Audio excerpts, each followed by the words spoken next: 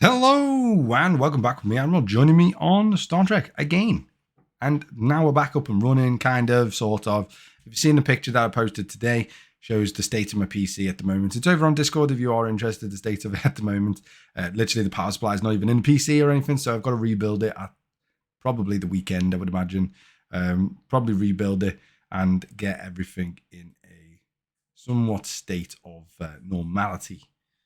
I just noticed it smokes now as well. That's interesting. Cool. Anyway, today's episode is actually going to be about the event store itself. We're going to have a look at the events. Obviously, you've got the normal standard events that are going to be changing, obviously, on a day-to-day basis or a couple of days, depending on what type of events they are. You've got the daily one, which is going to get you the Battle Pass event stuff. But that is not what we're here for today. So you've got all of this. We're actually here for the event store. And we're going to talk through some of the event store stuff. What you can get in it, obviously, which is pretty self-explanatory by this sort of this here. And then I'm going to go through and show you what I personally think are some of the better things to get in the game. I'm going to start by saying, so we'll go through the categories all together. So you got the first one, which is officers, ship blueprints, ship parts, resources and materials. Got cloaking, special currencies, and then you got frames and avatars. If for whatever reason you have absolutely every single thing in this game, all the way up to the maximum level, don't bother with any of the first six, just go for avatars and frames. However, if you don't have them things, which is going to be 99% of the people out there, do not even go into the tab of frames and avatars because it's a complete waste of time. Okay, so we're going to focus on the first six in this list. So let's have a look at the officers in question. So you can get, obviously, previous arc, different officers, as well as getting certain packs and some extra ultra recruit token stuff. So the usual applies. If it's an epic officer, someone like Pike, for example, they are going to cost about 6,000 for one shard. Okay, if they're going to be a rare, then they're going to cost in the region of 2,000. And generally, if they're uncommon, which I don't know if Barkley is. No, he's an epic. Never mind. And that's pretty much it. Everyone else, I believe, is a rare or epic. So you're going to basically cost 2,000 or 6,000, depending on what officer you get. I personally don't waste my credit or currency on getting officer shards unless they are really, really close to being obviously either unlocked or upgraded.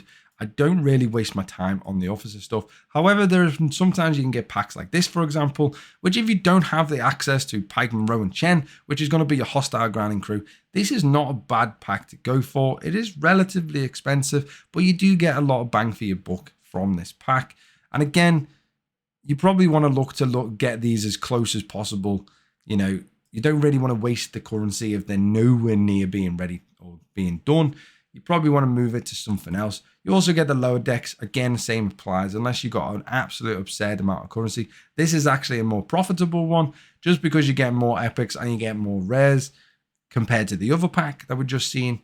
And then you get the last pack, which is the PvP official special. And again, this is a decent pack for the cost as well. But I still think the lower decks is probably more cost effective the way it works out. It just depends what officers you are overall going for. But the packs are definitely good value for money, so to say. Because you got to remember, one officer shard for an epic is 6,000. And in these, for example, you're getting 8 epics. Not of the same officer, but you are getting 8 shards overall.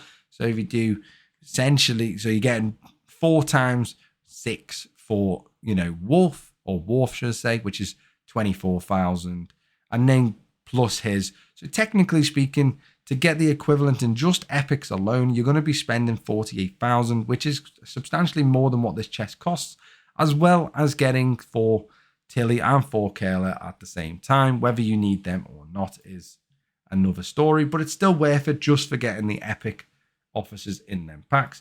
The Ultra Recruit, don't waste your money on it. It's not worth it. Okay, moving on. Ship blueprints, personally, wouldn't get anything in here.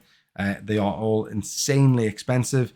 Again, unless you're only a couple of shards off, you can probably splurge out on it. But if it's a free-to-play ship that you can get naturally just through grinding, then you'll probably just want to wait out and get that free-to-play.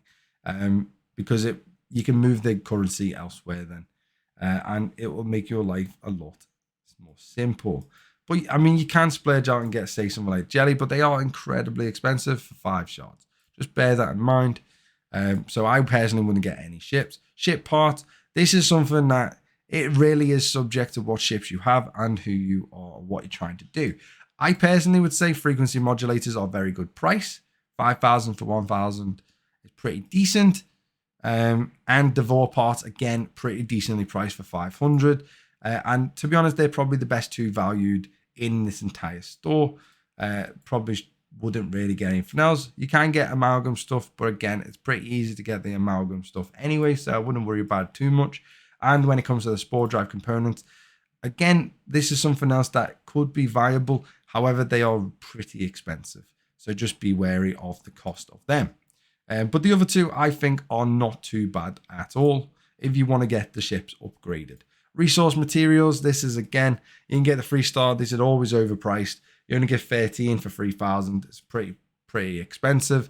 Again, only do this, in my opinion, if you're relatively close to getting, say, an upgrade for something or whatever else, and you just need a few extra of the, the 3-star uncommons, then that is a viable option to use that store as well. Cloaking, this depends again on what faction you've gone for and what ships you have available to you at the time. Obviously, the level 34 ships, all of them can get cloaked. And then obviously Klingon and Romulan ships of obviously a lower level, they can also get the cloaking ability as well. So you just pick and choose which one you want. However, they are pretty decently priced. I must say it's not too bad because you don't need, well, you do need quite a lot of for the epics, but for the lower ones, you don't need a huge amount. And again, they're quite decently-ish priced. They're not too bad. You can get torpedoes in here. Again, not horrendously priced either if you're looking for a new weapon, which this one is not a bad one to go for. Increased damage against Armada hostiles by 20%. Costs 75 shards, obviously, to unlock it. So again, not horrendously bad, but it is going to cost you 150,000 to get the whole lot. Just bear that in mind. I wish they did like an accumulative upgrade. So like the more you bought, the cost effectiveness was better. So instead of saying 150, it was like if you bought, say, 75, it only cost you, say, 120,000. I wish it would like sort of push you to want to grind as much as you can and then buy all at once. Because at the moment, there's no real reason to save that much all in one go. You may as well just keep hitting it there and just keep hitting it because it'll get to the same amount anyway, so it makes no difference. And then the Ceratops one, again, if you are using a Ceratops, this is not a bad retrofit to go for as well. And then you got a few other older retrofits and beam stuff down the bottom here.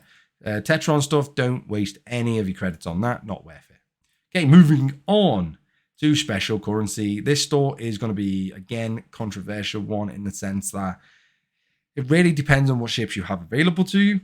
It depends what you're going for at the time. You can unlock the missions if you want to unlock a mission, for example, if you want to go back and do them. However, the one thing in here, I don't care of the cost of it. One thing that is incredibly good that you definitely need to get is going to be the Syndicate XP.